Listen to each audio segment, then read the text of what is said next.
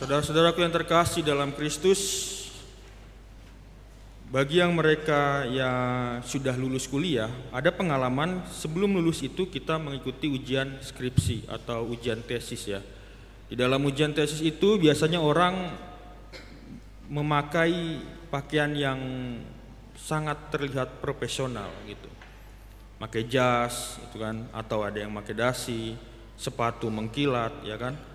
Dan mengubah kesan tentang seorang itu dalam sekejap kalau dilihat hanya sekilas penampilan saja. Nampaknya seperti sangat profesional ya, padahal baru ujian skripsi begitu. Menampilkan diri layaknya seorang profesional terkadang begitu penting bagi kita untuk meyakinkan orang-orang. Dan mengapa begitu penting tampilan luaran yang nampak profesional ini? Bahkan dalam pekerjaan-pekerjaan kita atau dalam perjumpaan-perjumpaan kita dengan yang lain. Sebab di sini ada kemungkinan kita haus akan rasa bangga.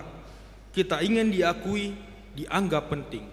Zaman dulu kalau orang udah berseragam itu ya, padahal Satpol PP misalnya gitu ya, itu udah dianggap sungguh luar biasa. Atau memakai seragam, kebanggaan berseragam itu sungguh luar biasa.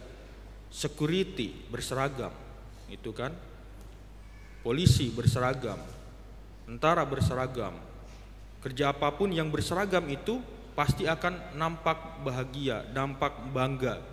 KUR juga berseragam gitu kan, enggak ya? Kalau KUR memang biar kompak aja ya. Mungkin di situ ada haus akan rasa bangga, kita ingin diakui, dianggap penting.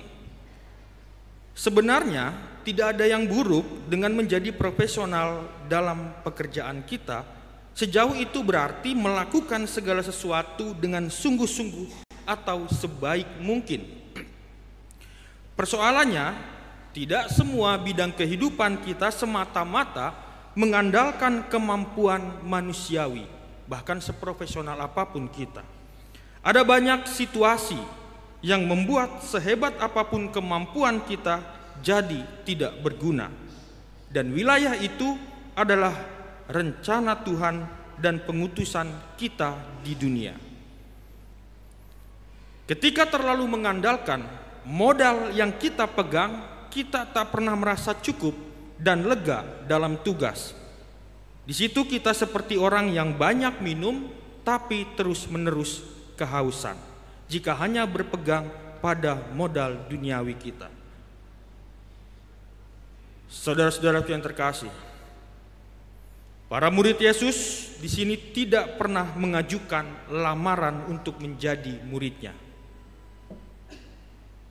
Itu bukan suatu pilihan karir dan bukan sekadar kelompok elit yang dipilih Yesus.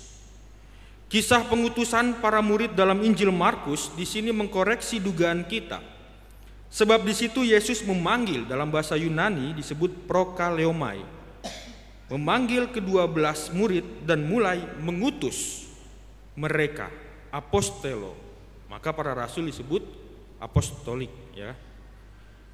Mereka diutus berdua-dua tanpa Yesus hadir bersama mereka. Kita ingat kembali bahwa mereka bukanlah kelompok profesional yang serba terlatih untuk berpastoral. Akan tetapi entah bagaimana Yesus memanggil orang-orang yang dianggap bermasalah dan bahkan tidak mampu di mata dunia untuk melakukan pekerjaan Yesus. Seorang pemungut cukai, seorang pemarah nelayan, ya, seorang yang serba kebingungan, Filipus, bahkan seorang pengkhianat pun masih dipanggil oleh Tuhan pada saat itu, Yudas. Sebuah kaderisasi kepemimpinan yang sungguh aneh dan terlalu riskan di mata kita kalau melihat sifat dan karakter ke-12 rasul. Akan tetapi, perintah Yesus kemudian menjelaskan apa yang terpenting dalam pengutusannya. Jangan membawa apa-apa dalam perjalanan. Bagi Yesus, misi dan kepemimpinan rohani sama sekali tidak tergantung pada bekal manusiawi, hanya penyelenggaraan Allah. Pelayanan mereka adalah hasil panggilan ilahi, maka Allah akan menyediakan segala sesuatu yang mereka perlukan kemudian.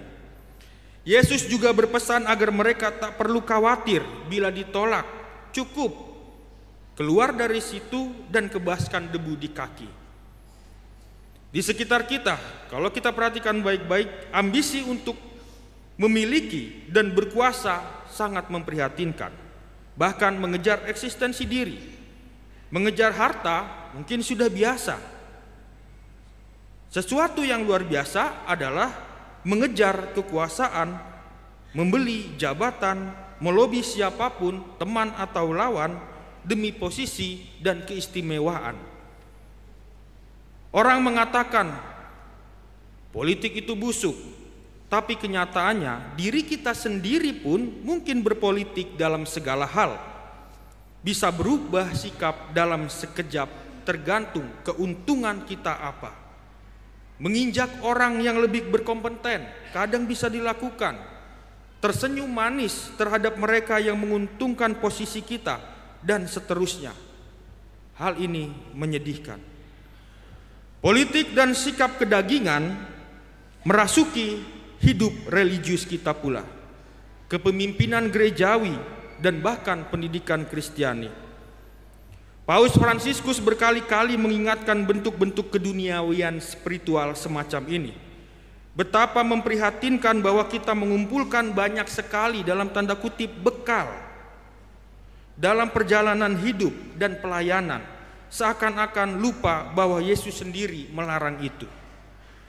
Jawaban Amos di bacaan pertama terhadap Amazia, imam di Betel, sangat menarik karena meruntuhkan maksud politik dalam pelayanan.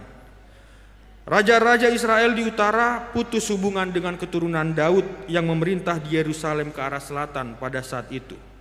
Mereka melarang peziarahan ke Bait Allah di Yerusalem dan mendirikan kuil sendiri di Betel. Imam Amazia tentu tidak senang melihat Amos berkeliling di daerah utara untuk menyerukan pertobatan. Maka ia mengusir Amos supaya mencari makan di Yehuda. Amos menjawab, "Aku bukan nabi, hanya peternak dan pemungut buah, tapi Tuhan mengambil aku dan mengutus aku."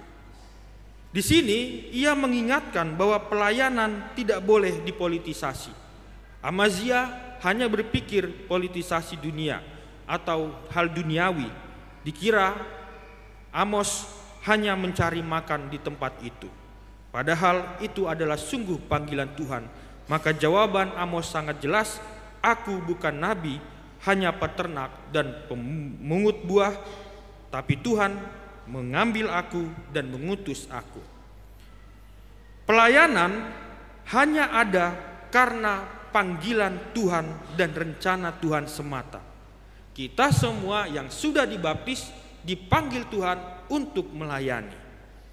Tidak pantas pula kita mengklaim dengan kuasa dunia panggilan luhur yang berasal dari Tuhan itu. Kalau saat ini kita masih mendekap erat jabatan dan keistimewaan yang kita miliki, mulailah berhati-hati untuk mengaku sebagai orang Katolik. Perintah Yesus sangat lugas. Jangan membawa apa-apa. Jangan membawa-bawa maksud duniawi. Tidak perlu menjadi seorang yang tampak profesional untuk mengerti dan mentaati larangan ini. Seorang pelayan Kristus tidak pantas terikat dalam membawa bekal, apalagi melobi ke sana sini demi mempertahankan kenyamanan dan masa depannya sendiri, egoismenya pribadi. Seperti Yesus memanggil ke-12 muridnya, gereja seharusnya pertama-tama, gereja adalah kita semua, memanggil orang-orang yang kurang profesional di mata dunia, yang apa adanya, namun dapat dipercaya karena iman mereka dan ketulusan mereka. Dan apakah dalam keluarga, komunitas, dan tempat kerja kita menerapkan semangat kepercayaan dari Yesus ini? hal yang perlu kita renungkan minggu-minggu ini. Manakala dunia tidak memberi kesempatan kepada mereka yang dianggap tak mampu, kita mesti berani bersikap sebaliknya, belajar melepaskan ambisi kita sendiri dan percaya pada penyelenggaraan Tuhan. Bentuk kerendahan hati dan percaya kepada kuasa ilahi adalah cara satu-satunya untuk melepaskan diri dari ketergantungan duniawi. Dan yakinlah, terkadang di saat-saat kita membutuhkan, Ia sungguh hadir dan membantu kita lewat perantara orang-orang. Terkadang kita berkata tidak mampu melakukan sesuatu, padahal belum dicoba. Ketika dicoba, terkadang Tuhan membantu kita dengan caranya yang sangat manusiawi, membimbing kita untuk menjadi pribadi yang sungguh sesuai dengan kehendak Allah. Semoga bacaan hari ini sungguh menyentuh hati kita dan merenungkan kembali motivasi-motivasi pelayanan kita, entah di dalam keluarga, masyarakat, dan di gereja. Tuhan memberkati.